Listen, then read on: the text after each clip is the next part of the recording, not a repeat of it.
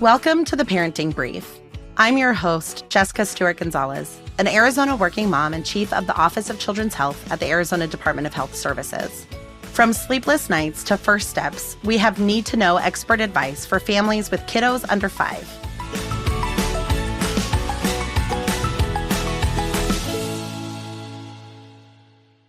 Parental leave is a time for bonding with baby, and it gives moms time to physically recover from giving birth. But when that leave is over, returning to work is a major transition that comes with a mix of emotions. Today, we're talking about how to make that transition a bit easier.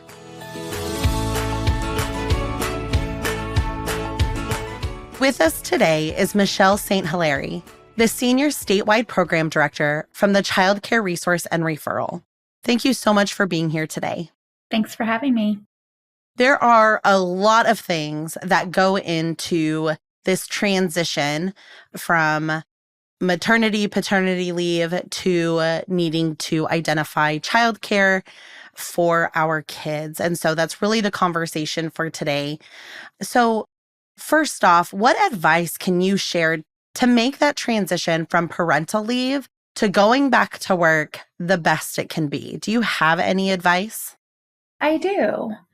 One of the things that we commonly experience in Child Care Resource and Referral, or CCR&R, is families will wait till the last minute to find and learn about their childcare options. So we actually encourage families to start learning about childcare during pregnancy. Oftentimes they just don't realize, that it takes time, it takes research, it's not available as some might think that it is, and it also is expensive. So it's really important for families to start early when they're searching for care versus waiting till the last minute or, a couple weeks before care is needed, because they might run into some barriers or challenges in finding a setting that's good for them and their child. A lot of programs have various ways for families to feel comfortable and to feel that their kids are in a safe and engaging environment. And I know one of the ways that some centers do this is through apps that share photos and updates about their kiddo. Do you think that access to that impacts that emotional transition for parents who are going back to work? Is that a positive thing? Does that make things harder? What have you seen in that type of app usage in childcare settings? It definitely gives the parents peace of mind that they can go into the app and they can view their child at any time throughout the day that they need to. Parents look for that. It's one of the questions that they ask us when they're searching for care. If a family calls our child care information line and they're speaking with one of our child care specialists, video monitoring, app communication, a locked entry are questions that commonly come up. And for a new mom and a new dad who's leaving their infant or their, toddler in essentially a strange place, it absolutely gives parents peace of mind when they're able to communicate through the app, when they're able to see their child throughout the day through the app. It definitely is something that families are looking for and helps provide them peace of mind. And sometimes they might see something that they don't like on the app, but that's a matter of communication, right? That's a matter of having that open line of communication with the caregiver to say, I noticed XYZ thing. Can we talk more about that? Maybe you can help me understand more about that. As with anything, there's good and bad, right? It could potentially even add more stress to a parent if they're constantly checking throughout the day. And, think about how we use social media, right? Sometimes we have to put it down and focus on what's in front of us.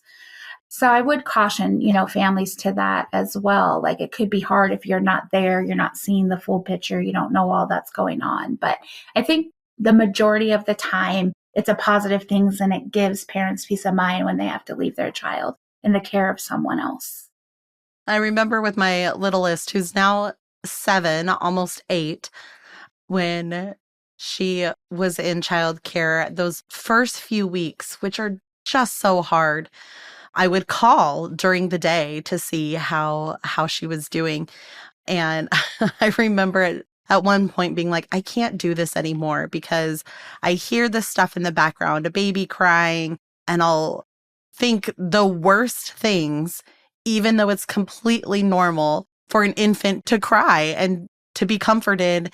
But I would hear a baby crying in the background, and I, of course, would immediately think the worst things were happening. And I'm like, this is ridiculous. I know my kid is okay and safe, and I need to stop calling because it would make my brain go crazy. And I can tell you, like, you're reminding me, you're making me think back to my center director days of like when those new families would come in. And definitely we're like, call as many times as you need to. Absolutely, until you feel comfortable. I think that's another sign of a high quality program. Yes, we're busy throughout the day, but the number one thing I wanted as a center director and as a high quality program was for parents to have that comfort, to have that peace of mind, to know that they could call as many times as they needed to throughout the day. And that's the nice thing with the apps. They can send pictures. Like I've seen programs do that. I've even, I have staff who have young children and they're like, oh, look at this picture they sent me. They're eating snack or they're, on the floor for tummy time or whatever the case may be. So the teacher caregiver will also do whatever they can to like ease that emotion, because you're right. It is really hard to leave your child in a childcare program. And then especially within those first few weeks. And when you think about like all the physical and hormonal changes like a mom is already going through postpartum, it's definitely like you want to provide that reassurance to that family as much as possible. Yeah, I think that I was very thankful that they never made me feel ridiculous for calling. They always answered my questions. They made it seem completely normal and fine that I called as many times as I did. And I'm very thankful. Absolutely. And I think I'll emphasize high quality caregivers, right, will know and understand that and embrace that.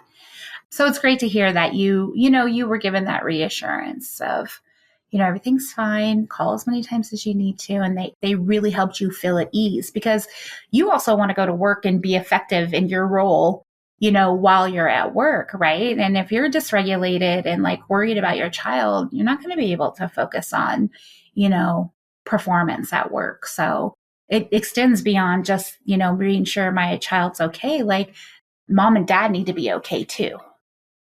Who do you think has a harder time in the transition to childcare? Is that usually the child or is it usually the parent? This is a trick question. It really depends, right? It really depends. I mean, everyone is in a different place and stage in their life when it comes to this. And that's actually one of the reasons, like when a family would call to enroll in the program for the first time, I always asked, like, are you bringing the child with you? And if they said no, then I would not schedule the tour, because I wanted to be sure that that child had a comfort level, right? Like you could really tell on that tour if this was going to be a good environment for the child and for the adult. And I just think it depends on like that attachment. What is the attachment between the child and the adult? And it can be equally hard on both. Sometimes it's not hard on the child at all. And mom is standing there, saying, oh, they don't need me or they don't want me, which is not true. It actually just speaks to the secure attachment that they have to you as their parent and the caregiver. But it really is so unique. It's unique to every person and every individual. Sometimes it's harder on the child than it is on the parent. Sometimes it's harder on the parent than it is on the child. Want to know more? We have links and info in the show notes for you to check out. We continue our conversation on childcare in our next 2 episodes.